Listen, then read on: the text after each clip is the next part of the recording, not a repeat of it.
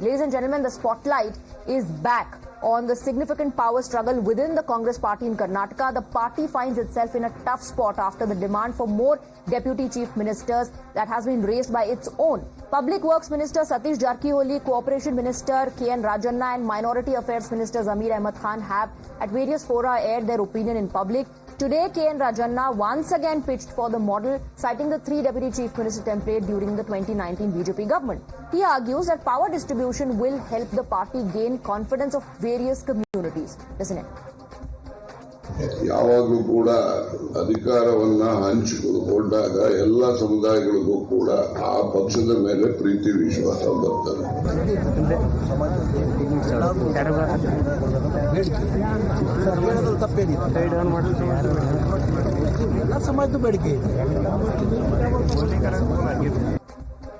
So these demands are coming in from within the Congress party. The situation is far from unanimous. Not everyone in the Sarkar is on board regarding this demand. Listen into some other opinions coming in as well. ಎಲ್ಲರಿಗೂ ಕೂಡ ಹಕ್ಕಿದೆ ಕೇಳೋದು, ಹೋಗಿ ಅಲ್ಲಿ high command ಹತ್ರ ಕೇಳಬಾರ್ದಂತ ಯಾರ್ದು ಇಲ್ಲ. ಆದ್ರೆ DCM ಮಾಡೋದ್ರಿಂದಾನೇ ಎಲ್ಲಾನು ಆಗುತ್ತೆ ಅಂದಿದ್ರೆ ಮತ್ತೆ CM ಒಬ್ರು ಇರ್ಲಿ, ಇಡೀ ಕ್ಯಾಬಿನೆಟ್ DCM ಆಗ್ಬಿಡ್ಲಿ, ಆಗುತ್ತಾ? ಆಮೇಲೆ DCM ಮಾಡೋದ್ರಿಂದ ಸಮುದಾಯಗಳು ಓಲೈಕೆ ಆಗುತ್ತೆ ಅಥವಾ ನಮ್ಮ ಜಿಲ್ಲೆ ಒಂದ್ ಸೈಡ್ ಆಗುತ್ತೆ ಅಂದಿದ್ರೆ ಮತ್ತೆ ಎಲ್ಲರೂ ಇದೇ ರಣತಂತ್ರ ಯೂಸ್ ಮಾಡ್ತಾ ಇದ್ರಲ್ಲ. Now, of course, the BJP has been served this issue on a platter. The BJP, citing the discontent in the Congress circle, highlights how Rahul Gandhi just a week ago said that the slightest disturbance in the NDA could topple the centre's government. It says Rahul should focus on his Sarkar rather than worrying about a united NDA. The BJP asserted that the leaders in Congress are interested in their elevation rather than easing the pain of price rise for the public. Listen in. This Congress party has been fighting for power. They don't work for people. Whenever they've been given an opportunity, they will just work for themselves. There will be always a fight for power, position. So probably the Congress party, from the day it has assumed office, this is what we have been hearing. How many deputy chief minister, every month one chief minister, rotation of chief minister. This is how the things are going on to keep them happy, to accommodate their leaders. This government is not doing well.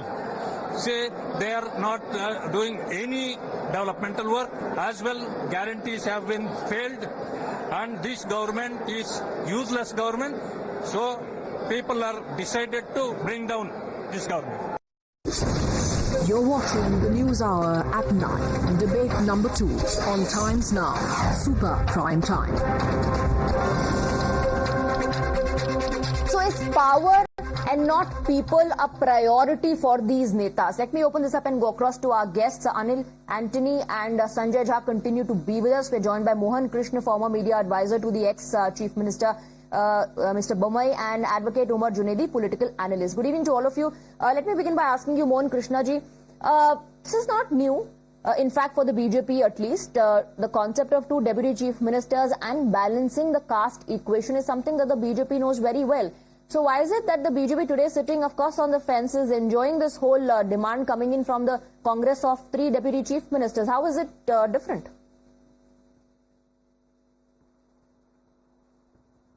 Swati, very good evening. Swati, you have to look the things in a very different perspectives.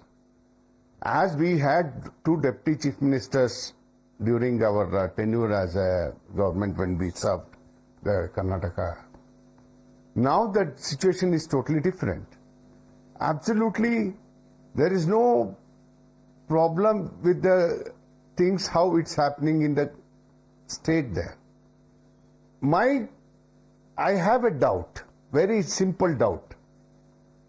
All the cover-ups have been done through these kind of propagandas. Three deputy CMs, cornering the chief minister, cornering everything. But the real issue is not that. They are not able to fulfill the guarantee what they have done.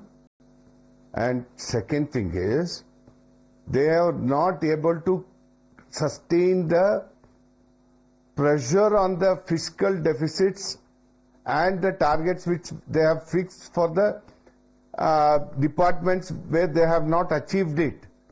They are in a very financial disturbance today. And for that matter, they are doing all this today. My question to whoever doing this. Yesterday, Siddaramaiah, in one of the local newspapers, which has been printed today, saying that whether I am going to be there or not, guarantee is going to be continued. What does it signal? One thing. Second thing. Okay. Marie Karge. Okay, you're saying more than meets the eye. All right. I want to bring in others as well. Priyank Karge. I will come back to you, sir. Then we'll have more talking points. Let me bring in Sanjay Jha. Sanjay Jha, on one hand you have price rise, on the other hand you have the power tussle, and some people are saying that's not even the real story. The real story is that there are lobbies working within the Karnataka Congress unit to destabilize the deputy chief minister. His lobby is working to destabilize and weaken the chief minister, and that's infighting, which in fact is hurting or costing the Congress party. Swati, let me tell you with full confidence, whether Mr. Modi's government survives 6 months to a year, we don't know. The Karnataka government is going very strong. Its guarantees, in fact, have become hugely popular. And I think the reason why Mr. Krishna and the BJP supporters... Don't talk about just Modi a minute. government. See, so you see, did you notice? No, 1 second. Let Sanjay Jha finish his point. Please, please. Now, we all know, Swati, you are a veteran. The moment somebody panics, the moment they stand exposed, they get rattled, they start interrupting other people. So Mr. Krishna has exposed the vulnerability and insecurity of the BJP. Anyway, let me carry on without, getting upset by his ridiculous interruptions. The truth, Swati, is this. That end of day, the BJP will now have to try every trick in the bag, and they're masters in this Sam, Dam, Dan, paid politics to try and disrupt any Congress state government, because that will make them believe that we are trying to get even after the very embarrassing performance in the Lok Sabha. But let me warn the BJP, Mr. Modi, Mr. Shah, and Mr. Krishna here and the other BJP person, that the people of India have rejected your Operation Lotus that you did in Karnataka, Mr. Krishna. They have rejected all your strategies to do this Sam Dam Dand Bhed politics. You gave Sanjay, ticket these to are not BJP leaders who are saying such things. Swati, these demands are coming in from your own netas. Swati, one second. These demands are coming in from your own netas. No, I agree. Okay, 1 second. Let me finish. I'm asking a counter question. At least allow the anchor to speak. Please go ahead, Sanjay. BJP is asking for so 3 deputy CMs. Swati, did you realize the point? It is not the BJP spokesperson or the BJP leader who came on your program said the people want to remove this government. What is the people? The people have voted for this government. The people have removed this 40% corrupt Sarkara just a year and a half ago. The question of the BJP even contemplating an entry into the Karnataka gate is laughable. Krishna ji जरा एक minute जरा रुकेंगे जरा एक minute थोड़ा सब्र रखिए थोड़ा संयम रखिए तो I want to just make one thing Swati that the BJP needs to learn its lessons that arrogance won't work anymore. You have been rejected in Karnataka and largely in India as well. And the bigger point, you gave tickets to 1/3 people who were defectors. I'm saying all these voices are coming in from within the Congress party, and then there are others from the Congress party itself who are saying, if we just go by this logic that we need representation for various communities, how are we going to ultimately function? Is that even possible and practical? That's a counter coming in from your own neta. Let me bring in Anil Antony, since you also leveled some sensational allegations, and the BJP has all the right to defend itself. No, 1 second.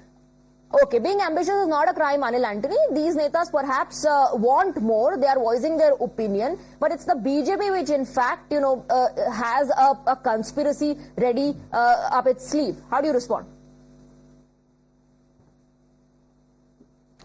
Thank you, Swati.